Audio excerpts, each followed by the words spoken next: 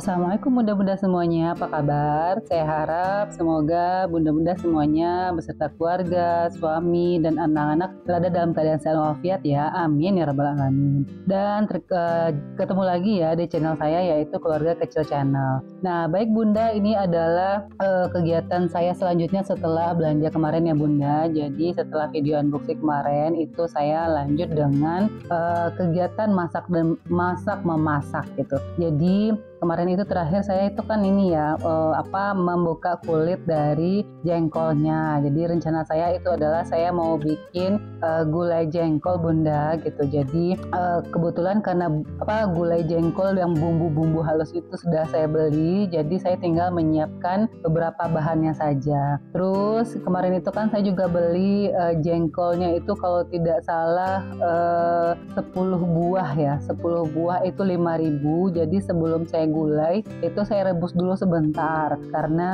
kalau nggak direbus itu nanti keras ya bunda gitu. Jadi tapi kalau di beberapa konten yang lain itu saya beberapa konten YouTube dari youtuber yang lain itu ada yang membuat jengkol itu digoreng dulu baru digulai gitu bunda. Terus tapi ada juga yang bikin jengkol itu direbus dulu terus ditumbuk gitu ya, terus baru digulai gitu. Nah kalau saya belum pernah ya membuat jengkol itu digoreng dulu, ditumis dulu, baru ditumbuk sedikit, baru masukkan ke bumbu gulai. Itu saya belum pernah coba gitu. Nantilah mungkin kalau suatu saat ada stok jengkol lagi mungkin saya akan coba gitu. Nah kalau untuk kali ini saya coba bikin jengkolnya itu saya rebus dulu, setelah itu baru saya tumbuk supaya lunak sedikit gitu ya. Setelah itu baru saya campurkan ke dalam bumbu gulainya. Nah itu selain menu jengkol gulai itu saya juga berencana pengennya nanti gitu kan, mungkin beberapa hari ke depan itu saya mau bikin kalio jengkol gitu. Kayaknya enak gitu ya. Kalau nggak salah itu saya pernah bikin ya. Kalau saya ingat sih pernah bikin, tapi apakah saya videokan atau enggak ya gitu. Jadi saya pengen juga bikin kalio jengkol ditambah dengan telur gitu kan, atau saya bikin kalio jengkol ditambah dengan telur puyuh, kayaknya tuh enak gitu. Jadi saya pengen juga lah nanti ketika ini jengkol ini sudah habis, terus tunggu dulu jeda beberapa saat karena kalau jengkol terus setiap hari mungkin agak bosan juga gitu ya. Jadi setelah beberapa hari setelah ini barulah saya beli jengkol lagi, terus baru saya bikin kalio jengkol gitu. Karena suami itu juga sama anak yang sulung ya, sama anak yang sulung itu sangat suka juga kalio jengkol bunda gitu. Apalagi kalau misalnya itu saya bikin kalio jengkol dicampur dengan udang, wah itu sangat bisa habis gitu dalam satu hari. Nggak nyampe nasinya itu dalam satu hari itu udah habis gitu. Jadi mungkin next ini saya mau bikin lagi gitu. Terus setelah itu jengkolnya saya kira sudah agak sedikit empuk ya bunda, jadi saya angkat dan saya pisahkan. Terus selanjutnya itu saya masukkan santan. Jadi di Padang itu ketika kalau saya belinya langsung ke tukang santannya itu, santannya itu dibagi dua ya bunda. Jadi satu santan yang kental yang jumlahnya sedikit, satu lagi itu santan yang kurang kental itu yang jumlahnya lebih banyak. Jadi seperti saya bilang di konten-konten saya sebelumnya gitu kan, kalau misalnya kita mau masak gulai itu masukkan dulu santan yang kurang kentalnya, setelah itu agak sedikit matang baru masukkan santan yang kentalnya.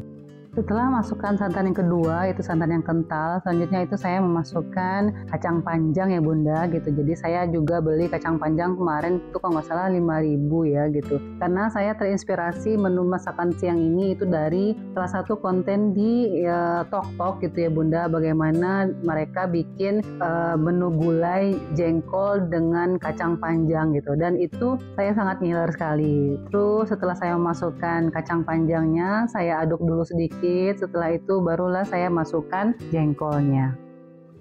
Nah itu di sebelah kiri saya mau bikin wow spaghetti ya bunda, karena anak bujang saya katanya lapar dan gak bisa nunggu sambal matang gitu, karena udah lapar banget gitu. Akhirnya dia minta tolong dibikinkan wow spaghetti gitu, karena kemarin saya ada beli wow spaghetti di pasar tradisional ya. Jadi dia lihat ada wow spaghetti, akhirnya dia mau minta tolong dimasakkan wow spaghettinya. Nah, ini spaghettinya udah matang ya Bunda, jadi saya angkat dulu dan berhubung masakan saya yang di sebelah kanan itu masih mentah, belum mendidih juga gitu ya, jadi saya angkat dulu spaghettinya karena memang sudah lama juga tadi direbusnya gitu. Nah, itu nyambil juga sebelah kiri gitu ya, sebelah kanan itu ya. Jadi kalau di Minang itu kalau kita masak santan itu kalau bisa sebaiknya itu diaduk terus gitu, jangan sampai dibiarkan diam aja santannya, karena kalau dibiarkan diam itu nanti kalau di Minang sebutnya pacah santan gitu Bunda. Jadi hasil akhirnya itu santannya itu nggak bagus gitu. Nah ini spagettinya sudah semuanya saya angkat gitu ya. Lalu saya minta anak saya untuk racik sendiri bumbunya karena saya lagi rempong gitu ya. Saya lagi rempong masak, jadi saya minta aja dia meracik sendiri, kayaknya cuma untuk gunting-gunting doang gitu ya. Nah selanjutnya itu saya masukkan jengkol yang sudah saya rebus tadi, dan juga saya tumbuk dulu sedikit gitu supaya empuk ketika dimakan, walaupun sebenarnya ketika digulai pun juga direbus juga ya jengkolnya gitu, cuman ya biar lebih empuk aja dan juga masaknya juga tidak terlalu lama. Nah ini adalah alhamdulillah gulai saya sudah matang ya Bunda gitu. Jadi ini gulai jengkol dengan kacang panjang dan sudah matang dan juga sudah siap saya sajikan. Dan itu ini gulainya itu masih ada beberapa yang masih saya hidupkan apinya ya, karena saya mau bikin gulainya itu agak sedikit menyusut sedikit gitu supaya lebih kerasa minyaknya gitu, dan maksudnya tuh rasanya tuh lebih matang gitu, lebih enak, jadi saya hidupkan dulu sebentar. Nah ini tampilannya ya Bunda.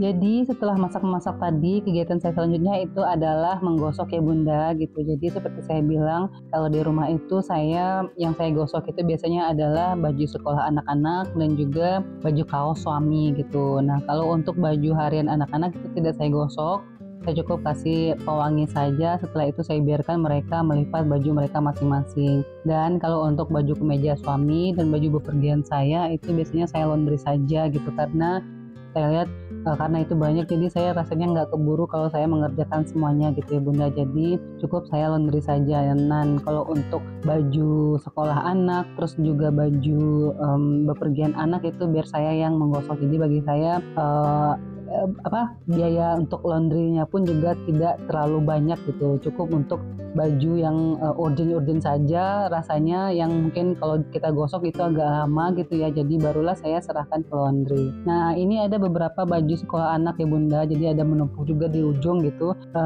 karena memang ini untuk persiapan beberapa, saya sudah nggak menggosok beberapa hari gitu ya, akhirnya baju anak-anak itu menumpuk semua. Dan kalau untuk baju anak saya yang sulung itu tidak saya gosok karena saya meminta dia untuk menggosok bajunya sendiri.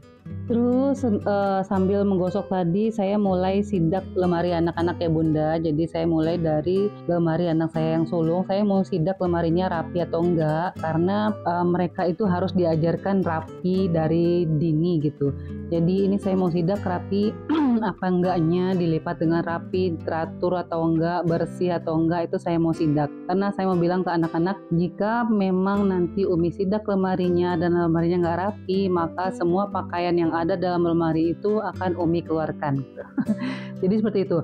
Akhirnya ketika anak-anak tahu bahwa lemarinya itu sudah mulai disidak, akhirnya mereka langsung rapi-rapi gitu Bunda. Nah ini adalah lemari anak sulung saya, di bagian pakaian rapi ya Bunda gitu. Nah itu di bagian sisi kiri, sebelah atas itu adalah bajunya, dan sebelah kiri itu baju yang digantungnya, dan sebelah kanan itu ini kumpulan-kumpulan novelnya, buku mata pelajarannya, dan juga mainan-mainannya itu bagian bawah. Dan saya lihat itu ada yang nggak rapi ya, tapi ketika saya minta ke dia, ini nggak rapi, itu masih mungkin perlu harus dirapikan. Nah langsung dia excuse gitu, bilang oh itu udah rapi Mi, nggak ada lagi yang harus disembunyikan, nggak ada yang berantakan gitu. Nah ini juga dia nunjukin parfum-parfumnya gitu kan, ternyata stok parfumnya masih ada, tapi kenapa kemarin minta beliin lagi yang baru gitu, aneh banget gitu kan. Nah ini juga kita lihat sudah mulai agak rapi.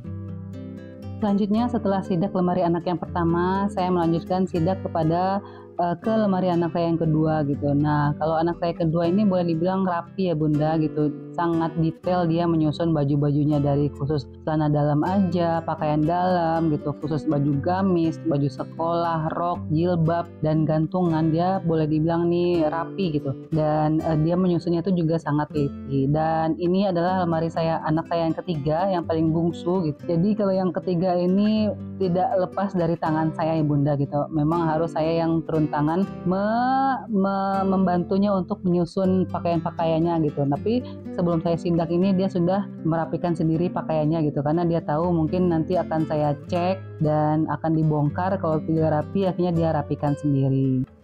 Baik Bunda, mungkin sekian dulu ya video saya kali ini, dan terima kasih Bunda sudah menyaksikan video saya sampai selesai, dan semoga kegiatan saya hari ini dan video saya ini memberikan manfaat, informasi, dan hiburan untuk Bunda-Bunda semuanya. Nah, ini video saya diakhiri dengan anak sulung saya yang menggosok bajunya sendiri ya Bunda, karena bagi saya kalau dia nggak menggosok bajunya maka saya tidak akan membantu menggosokkan, jadi biar dia gosok sendiri. Dan terima kasih ya Bunda, dan saya tutup. Jika ada saran, salah, dan saya minta maaf, dan silakan sharing komentar, saran, dan kritiknya. Saya tutup ya Bunda. Wassalamualaikum warahmatullahi wabarakatuh.